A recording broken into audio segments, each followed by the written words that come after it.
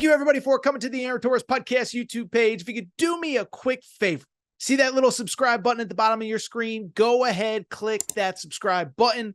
Really does help our channel grow, our audience grow, and I really do appreciate it more than you know. So click that subscribe button. Appreciate your support. Now, here's the video that you came here for. And let's talk about that man on the screen right there, Billy Napier. You know, listen, it's bad. We know it's bad, and you could sit there and say there's nothing new here, but I actually think that there is. First of all, let me even, before we get to what he said Monday, which I thought was unfair and crossed the line, I think it's worth noting this. I actually think in some ways the LSU loss was worse than USF. And people would sit there and say that's preposterous. You're Florida. You can never lose to USF. It's completely different to lose to USF at home versus LSU, an SEC opponent, a rival at home. Fundamentally, I agree with that. But here is why I do feel like it's a little bit of a different thing and a little bit of a bad thing if you're Billy Napier. It's because, yes, you lost to USF. And yes, by the way, it was 100%. It was 100% Billy Napier's fault. Everything that a coach could do wrong in the final minute, it's so funny. I listen to all these other college football pods and they kind of dance around it. No, Billy Napier was a train wreck in the final 3 minutes against USF. The fact that it was even close is its own conversation. But the final 3 minutes, threw the ball when he should have run it, doesn't know how to use timeouts, doesn't know how to stop the clock, should have let the team score when they ran out, whatever. Everything that could go wrong did. But the reason that I think the LSU loss might actually be worse is because, as we talked about on Sunday, the one thing that Billy Napier in the darkest moments for really about 2.5 years now could always sell was, man, just wait until we get DJ Lagway going. When Florida went 5-7 in DJ Lagway's senior year, it was, well, wait till DJ Lagway gets to campus. Last year, when you start off slow 1-2, it's like, well, at some point we're going to turn over the keys to DJ Lagway. It's going to be awesome. Then you turn the keys over to DJ Lagway. Everyone's feeling good last year. Then the offseason happens. He barely practices. We'll get to that in a minute.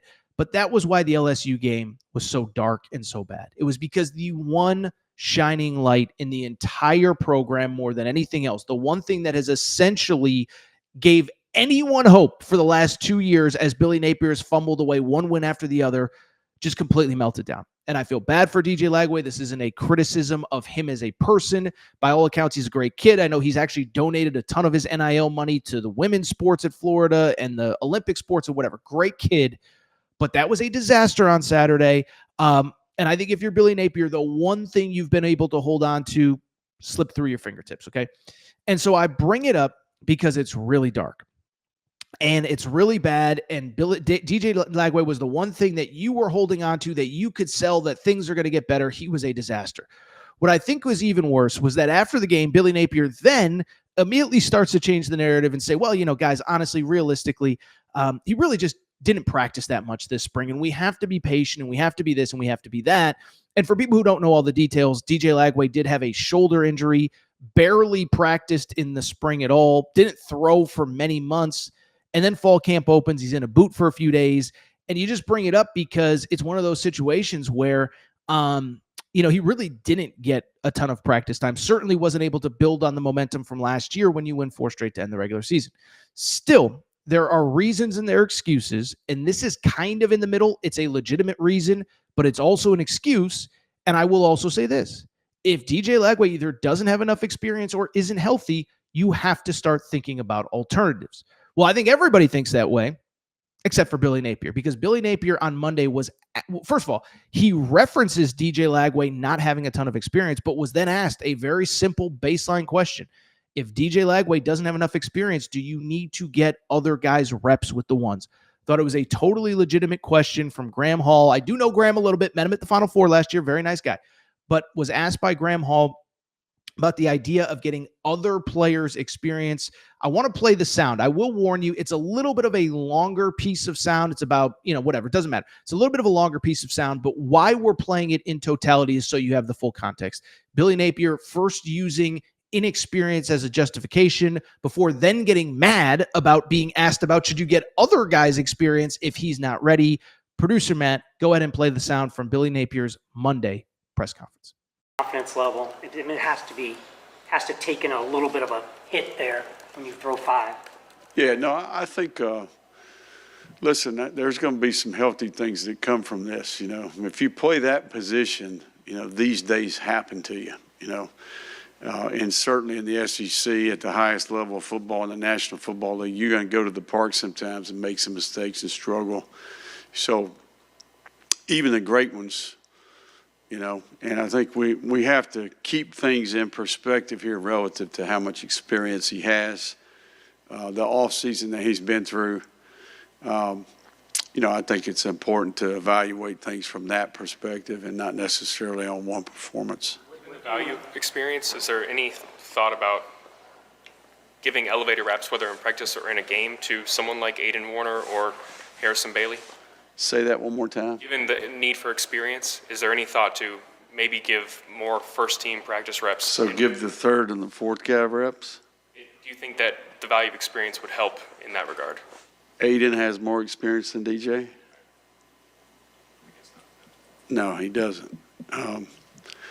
And I think you'd probably be hard-pressed to add up Harrison's reps, and he'd probably be less than DJ. So that's not a very good question. Tramel Jones is the backup quarterback. All right, let's focus on what we can do from a technical perspective to help the kid play better, okay? Next question. So Billy Napier telling Graham Hall, a local reporter, that is a bad question. Why did you even ask? Again, the context, Billy Napier says, well, DJ Lagway doesn't really have a ton of doesn't have a ton of experience. The reporter rightfully asked, well, if he doesn't have very much experience, do we need to start working on getting other guys experience? Billy Napier gets mad, and I'm just going to say this. This is bad. This is getting ugly. This is not going to end well. I don't root for people to lose their job. I really don't. We talk about it because it's interesting, but this is just getting so dark so quick. And I think we have to accept the reality that I think this is going to end quickly and end badly. Okay, so first of all, I don't love the idea of coaches calling out reporters, right? Everybody's there to do a job. Everyone's just doing their best. We'll get to the question itself in a minute, but let me also say this. Billy Napier saying it's a bad question. I'm not trying to be a jerk. I'm just trying to be honest. If it was, it may have not been the perfect question. Graham Hall apologized for the question. I don't think he should have. He didn't apologize to Napier, but he said on Twitter that he could have asked it better. Here's my thing, though. Graham Hall, even if you think it's a bad question, I don't know that Billy Napier is the person that should be telling other people how to do their jobs. Billy Napier is fundamentally, based on the scoreboard, worse at his job than pretty much anybody covering his team. Okay. By the way, I saw some crazy stats. We don't even have to get into them. One, he now has the same number of losses as Will Muschamp. Will Muschamp had 8 more wins than Billy Napier. Will Muschamp was fired at 28-20 overall.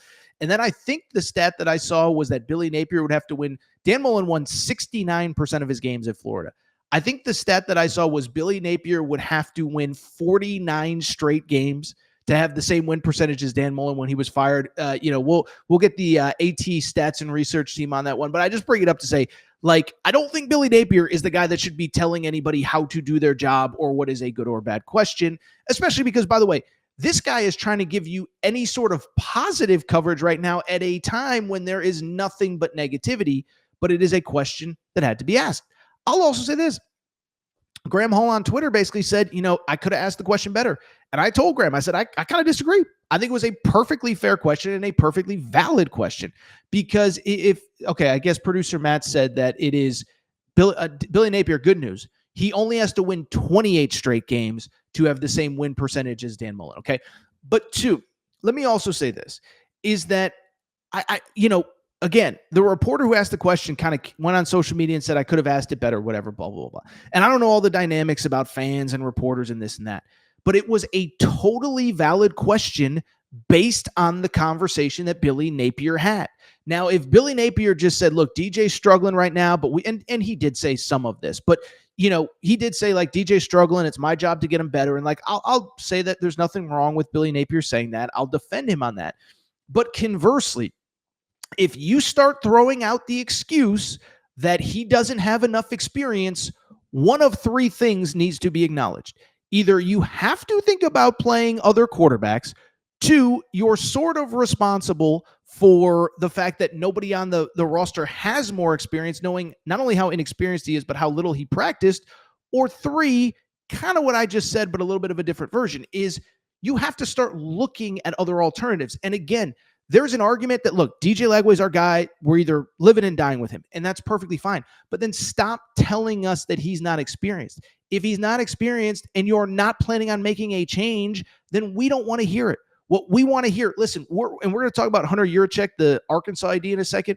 When you are in a position of leadership, we don't want the problems. We want the solutions, especially when the problem is something that you yourself created. And so I don't want to hear it. I don't want to hear excuses. I don't think the question is invalid. And I do think that it is completely justifiable to ask the question of, should other guys be working with the first team? And by the way, let me even backtrack. I don't think it would have been the worst thing if DJ Lagway was pulled from that LSU game. There was something clearly wrong. Either he's still hurt, he's fundamentally regressed, whatever it is. But after interception 3, after interception 4, sit him down for a drive, sit him down for a series. It's funny. We just talked about Arch and Quinn Ewers. We talked about it with Arch. People forget Quinn Ewers was benched when he was struggling against Georgia. And I think Sark said after the game at the time, like, we just wanted to give Quinn Ewers kind of a mental reset. So I don't think it would have been the worst thing to get one of those guys in, get somebody else experience, and instead you're doing the exact opposite. You're living and dying with DJ Lagway, which is okay. But again, you cannot then use the excuse that he doesn't have enough experience. He doesn't have enough experience because this is the guy that you chose to go with. There were older players in the portal. There were veteran players in the portal. You could have brought in back. I don't know. I don't have all the answers on what you could have or should have done, but it's year 2. Lagway started 13 games, and not 13, probably about 8 or 9 games at this point. At some point, we just have to acknowledge, like, you have to ride with him, and you can't use the inexperience as an excuse. This isn't Bryce Underwood in start 3, start 4. This isn't Dylan Raiola a year ago. He's been in your program for almost 2 full calendar years now, and it's on you to get him ready to play. And if he's not ready to play, it's okay to say we all need to be better, but don't use he's inexperienced as an excuse. And oh, by the way, when you have 2 veteran quarterbacks who maybe don't have as many SEC starts, but certainly have experience, don't belittle the reporter for asking a simple question if they need to get more reps.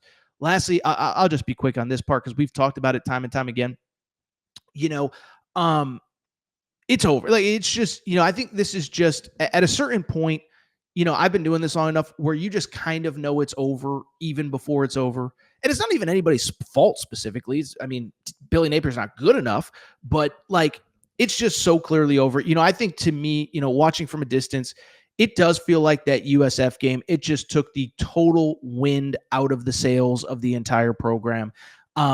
You go back to that game and it was just everything, every complaint, every negative piece of whatever that those players have heard for a year, 2 years, 3 years, how long you've ever been there.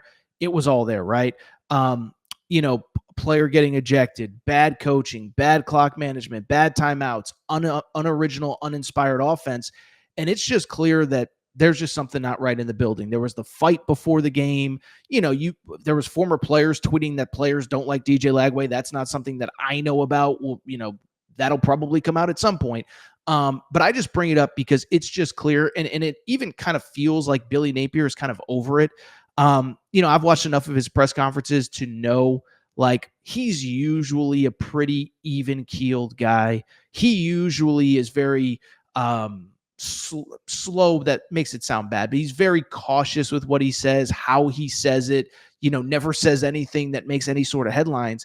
And so to see him be so aggressive there, it just feels like it's over. Listen, I said it on Sunday's show. I know we live in a world with the portal and this and that, but if Virginia Tech, if UCLA can fire coaches after game 3, I think there's a somewhat realistic possibility that Billy Napier gets fired this Saturday. If you don't know, that they play Miami, but don't forget that on top of playing Miami, they have a bye before they go back into SEC play against Texas. So that would be an easy chance to make a clean break.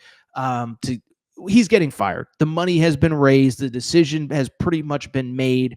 And there's just not enough wins on the schedule. Now, the only reason I don't think he'll get fired is because with 4 games in the books, all the players that want to transfer could basically say, I'm taking a red shirt. Like DJ Lagway could go into Scott Strickland's office and say, I'm redshirting. I'm not playing this year. So I think that he probably won't get fired, but I don't think there is a 0% possibility. But you see stuff like this. You see him going after a reporter. Listen, there are coaches that can go after a reporter. Nick Saban can say whatever he wants to a reporter. Billy Napier ain't one of them. So I think it's really bad. I think it's getting ugly. I think, frankly, probably the sooner we can get through with this era, the better. It's time for a clean break. We'll have time to talk about candidates, but it's so over for Billy Napier. It's just so over.